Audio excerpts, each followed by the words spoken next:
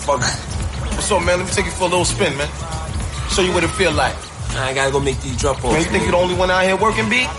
Gotta make drop-offs too, B. Come on, man, get in, man. I ain't taking no for an answer, man.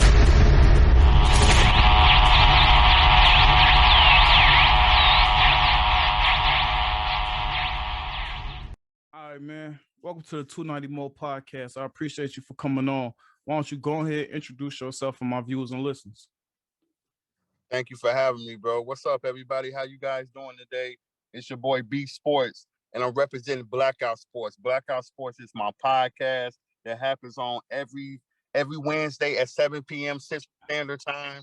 I always talk about, the things that's going on in basketball, but I just don't talk about basketball. I talk about mental health. I talk about everything else that people be afraid to talk about in the world of sports. And it's just fun. It's just really fun. I've been doing this since January, and I've been having fun at it. I mean, I love basketball. I love sports. It's who I am. So I was like, why not do something I love? Exactly. So you mentioned you've been doing it since January, and is it just basketball? And what made you do what made you do a podcast? What made you do that instead of, like a YouTube channel or just Facebook Live or anything? What made you actually, start recording and start doing stuff like that? Yeah. So basically, I always watch other people. I always listen to other broadcasts and stuff like podcasts and stuff like that. So I was like, you know what? If these guys can sit here and talk about sports, but I feel like they leaving out more stuff about sports than they should. So why not me do the education and educate everybody that don't know what's going on or afraid to understand what's going on? So that's why I did that. Okay, so before we get into the sports and preview the NBA playoffs or while we're here, just a little bit more background about you and where you from. So where you from and what's your favorite sport? Did you play any sports, and do you have a favorite player? Oh yeah, of course. So like I said, I'm B Sportz. I'm originally from Chicago, Illinois. I'm from the South Side. So my favorite sport is basketball. I had a passion for basketball since the age of 5, basically. Watching Michael Jordan, watching Scottie Pippen, and then watching Kobe Bryant and things like that. So started playing in grammar school, high school. I played a little bit in college. I love football too, but like I said, basketball is my passion. My favorite player right now is Russell Westbrook. Russell Westbrook always been my favorite player, and I say number 2 is KD. My favorite team, I'm always going to be a diehard OKC fan, and also I'm a Brooklyn Nets fan too. Okay. So before we get into the playoffs, you also mentioned that your content also brought into a mental health aspect into it. How and what way do you do that? So basically what I do is if I see a topic that's interesting, and I'll be like, you know what, this is a topic I'm going to talk about for this week. So basically what I do is I go online and I look at all the information and I jot down the information, but I sum up the information into my own words, and I try to educate, why I think this happened and what's going on in the mental health, or what do I think happened in the lady or the guy head, or what happened and things like that. So like I said, I don't like to just talk about basketball. I like to talk about everything else that's going on in the world today, because it's so much stuff that we need to know that we either afraid to know or we don't know how to know, if that makes any sense. Yeah, so I smell what you're stepping in. So with that being said, was there anything that happened to you personally, mentally, health-wise, that you was like, man, I got to spread the word or do my part to spread the awareness? Or was it just like you saw this need for the community, so it was like, I'm gonna just do my part? Basically, honestly, I just saw the need because I feel like it's so much mental health that's going wrong in our community these days. And I feel like, we just need to come together and just help each other out. And that's why I felt like, I wanted to be an advocate to sit in there and, telling these stories or getting to the bottom of it and just try to help people, or just tell people it's okay to get help. It's okay to talk to someone and things like that. Okay. So I definitely appreciate your insight and all that. So we're gonna move right along. I don't want to take too much up on your time. And like I said, I would like to have you on the show as a recurring guest. So with that being said, let me get your top 3 teams going into the playoffs for the East and the West. Okay, cool. So my top 3, my number 1 is Brooklyn. I feel like Brooklyn definitely have what it takes if they're healthy. Number 2, don't sleep on the Boston Celtics. I know they're kind of like going in and out of that top 6, but don't sleep on Jason Tatum or Jaylen Brown. Okay, excuse me. I'm sorry. Let me stop you right here. Excuse me. Let me stop you at the Brooklyn. Now, Okay. how do you still feel comfortable with that pick with Jason Kidd being a rookie head coach and when Mike D'Antoni being on the bench, being as though he's had his opportunities and he's known for not being able to coach any defense? You talking about Steve Nash? Yes. You know what? Honestly, I feel like Steve Nash is a great coach because I feel like look at what he done this year, and it's like everybody say, well, look at the team, but it still goes for the coaching because I feel like he has did a great job for basically you can look at it like this. His whole team has been injured left and right for the whole year, and they're still number 2 in the East. Still number 2. And they're not even all the way healthy. You got Durant that was out. You got Kyrie that was out. You got James Harden that was out. Then you brought over Blake Griffin. You brought over LaMarcus Aldridge, but he had to retire due to his heart. You had so many different starting lineups, but you still managed to have the number 1 and number 2 seed in the East. I feel like that's a great job. Yeah, it's definitely something that needs to be, you know what I'm saying, that accounted for. But for me, Brooklyn is more of a wait and see team. They got too many unknowns for me personally. And for number 2, you mentioned Boston. What about Boston stands out to you? Boston, they're hungry. Those kids are hungry. Jason Tatum is really hungry. I mean, everybody says that, they don't think that he got what it takes, but I feel like he got what it takes. Him, Jaylen Brown, and also Kemba Walker. Kemba Walker, the last couple games, has really been stepping up to the plate. And I feel like if they're all the way healthy entering the playoffs, that's a team that I would not want to face in a 7-game series. Okay. So let me ask you this. Some people, there's been some chatter about the health of Kemba Walker over the last few seasons, and some people contribute that to the success of the Celtics. Is that something that you've heard before? And do you think Kemba Walker has been completely healthy these last couple of years? And do you think that's what's been hindering them? Or some say it's Brad Stevens too. I'm sorry. Oh, no, you're fine. I feel like it's a mixture of both. Because I feel like Kemba Walker has been really injured the last 2 seasons because we haven't really seen the Kemba Walker we saw when he was with Charlotte Hornets. We haven't saw that Kemba Walker yet as we speak.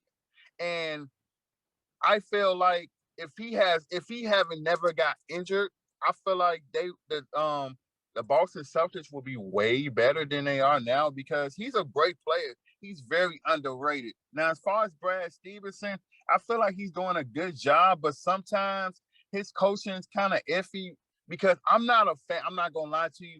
I'm not a big fan of sitting players if they're not really injured. And I've been lately, he's been sitting players that can have the time and can hoop for you and can bring up good points, good playmaking, but he'll just sit them. I don't agree with that. So that's why I feel like he's kind of on a hot seat. So it depends on, I feel like if they don't do good in the playoffs this year, he won't have a job come next year for the Boston Celtics. Yeah, I definitely agree with you on that because it's part, like I said, I agree with you. It's part half and half. He's been there for a while. They've been knocking on the door, and after a while, that chatter just becomes stale. You know what I'm saying? You're gonna have to get some new life up in there. And then what I think something that's been hindering Boston is none of the veterans that they bring in really stick. You know what I'm saying? And Kemba's been a good veteran as far as the locker room, but like you said, he hasn't been the same on the court as he was in Charlotte. So to wrap up the East, who you got for number 3 to close it out as your top 3 in the East? Top 3. Let me just it's kind of iffy to me because I want to pick Milwaukee, but I am not a firm believer yet in Giannis to win a championship. And then I'm iffy between them and also Miami again, because I feel like Miami, once again, that's another team that has been wintering with a lot of injuries all season long. Jimmy Butler has not really been there consistently, but I feel like when it comes down to the playoffs, I know he's gonna step it up when it counts. Him and Bam. Okay. Me personally, I'm gonna go ahead and slide Giannis and them up in there just for the simple fact I think Miami last year really benefited on the bubble with, you know what I'm saying, mostly the neutral play and stuff like that, and really catching a lot of people by surprise. Giannis, I honor his loyalty to Milwaukee, but I really think that he should have went to a bigger market, not just because of the market and the fame and the money, just because you get more opportunities to play with better players. I understand that Bledsoe was a upgrade and stuff like that, but at the same time, he might need like that number, like how James Harden and the rest of them guys are, to really put him over the top, because his mid range, you know what I'm saying, go get him shot really ain't what it needs to be for him to really carry that team along, in my opinion. And I want to add one thing to your to what you just said, and also with the addition now with the with Milwaukee Bucks have Drew Holiday. That's big. Drew Holiday, excuse me. That is big. You have a playmaker, and you also have a defensive-minded person that will shut down the best player on your team. So that's a big upgrade too. And you got PJ Tucker that came from Houston coming off the bench too. So they may be a little scary in the playoffs too. So okay, so moving along out west to the top three, man. So I'm gonna go ahead and let you know right now, I may be a little biased. I don't know, but I'm a diehard Lakers fan. I grew up. I'm 29. You know what I'm saying? I caught the end of Mike's prime, so my Mike is Kobe. You know what I'm saying? So I grew up watching Kobe. He's the best that I've ever seen with my own eyes play. You know what I'm saying? I seen the Jordan, but it's all looking back. You know what I'm saying? Right. So with that being said, if LeBron and AD are on the court, I got the Lakers. You know what I'm saying? For my number one. So let's start it off with your number one. Who you got and why? Okay. For my number one, I'm gonna go with the Clippers, and I'm gonna tell you why. Because everyone thinks that the Clippers, when they get into the playoffs, like last year, they was up 3-1 against two teams against Denver, and they lost. But I feel like Paul George and Kawhi Leonard, they took that mental down, and I feel like when it comes to the playoffs this year, they're gonna snap. And also, you bringing in Rondo, who's a great playoff player at the point, that's going to be ugly. That's going to be ugly to me, and I can't wait for that to happen. Yeah, I definitely agree with you. It's going to be something good to see, but at the same time, when LeBron and AD is at the top of their game, there's no such thing as an Anthony Davis stopper. So with that being said, I'm going to put LA at 1 if all is well. So moving on, number two, I'm gonna let you go on here and start off with number two. What's your number two for the top three teams in the West? Okay, number two, I might as well just go with Phoenix, because Chris Paul has been a MVP caliber player this year. His presence then made the Phoenix Suns from one of the bottom teams in the West last year to a top team in the whole NBA. His presence is just ridiculous with him at the point, and you already know how Devin Booker gonna play. You already know how he's gonna go. Then you got Jay Crowder anchoring the defense. You have a great center. You have great pieces, and I feel like they're definitely gonna make a run in the playoffs this year. They're not gonna be a one and done. I don't think so. Yeah, okay. I agree with you on that. I'm definitely interested to see how their playoff performance is, because I was just watching somewhere how they mentioned everywhere Chris Paul goes, every time he goes somewhere, the team gets better. He's an all-time great. He's probably one of the best 2 or 3 point guards of all time. And with that being said, Chris Paul has yet to reach a finals. So like I said, that'd be interesting to see what their playoff run is like. I've also been hearing Devin Booker rumors to LA, so this is definitely in a way a make or break season to them, because Chris Paul isn't getting any younger as well. Okay, I like that. Okay. Yeah. So number three, what you got? Let me see. Well, I don't want to say this because I'm not gonna lie to you. You're gonna be mad, but I'm not a Lakers fan, but I'm gonna put the Lakers at number 3 only because I was rooting for Denver But ever since Jamal Murray got injured, they're going to miss him a lot in the playoffs. They're going to miss him a lot. Now, don't get me wrong. The Joker is ridiculous. The Joker has been balling, but I feel like they still don't have a point guard to back up in the playoffs. And I'm going to pick the Lakers because, as you stated, no one can stop AD when he's healthy. And when he's going, nobody can stop him. And then you got LeBron. Nobody can stop him really either. And you got Dennis Schroeder, who's a good one. You got Kadavius Caldwell-Pope, who's good. You got Kyle Kuzma. And you also got the other kid that just has been shining from Chicago, Tatum Horton. He's been he really, ever since when LeBron and AD got injured, he stepped up. He stepped like tremendously, like from a walk-on to a, okay, you're going to get a legitimate contract now. Then you got Montrezl Harrell, so I'm gonna put them at number 3. Yeah, I mean they're already champions, and like I said, I expect them to be dangerous if not even they're fully healthy, but if everybody's on the court. And for my number 3, I'm gonna go ahead and take the Clippers. Just for me personally, they got a lot to prove after that performance they did last year after blowing 2 3-1 leads. And then I understand the addition of Rondo. Playoff Rondo is definitely a real thing. So even with that being said, you know, one of LeBron things is analyzing the competition, and Rondo was just on the team last year. So I'm not sure how much of a role schematically that'll play at the end of the day, with just LeBron being one of the greatest excellent adult players of all time. So that's definitely going to be a matchup that we all should anticipate to see, just if everybody's on the court. So before I get you up out of here, we're gonna do some sleeper teams for the East and the West. So give me one sleeper team for the East and one sleeper team for the West. Okay, sleeper team, of course, is the Washington Wizards for me, because Westbrook has been phenomenal, and I feel like he's going to break Oscar Robertson's triple-double record. Oh, of course he is. I would not want to play them in the East, because if they get that number 10 or number 9 seed and they win that play-in game and they get to the playoffs, I would not want to play them. Okay, let me ask you this: does that team look the way it looks this year, next year, and is Russ and Bradley Beal still on the team?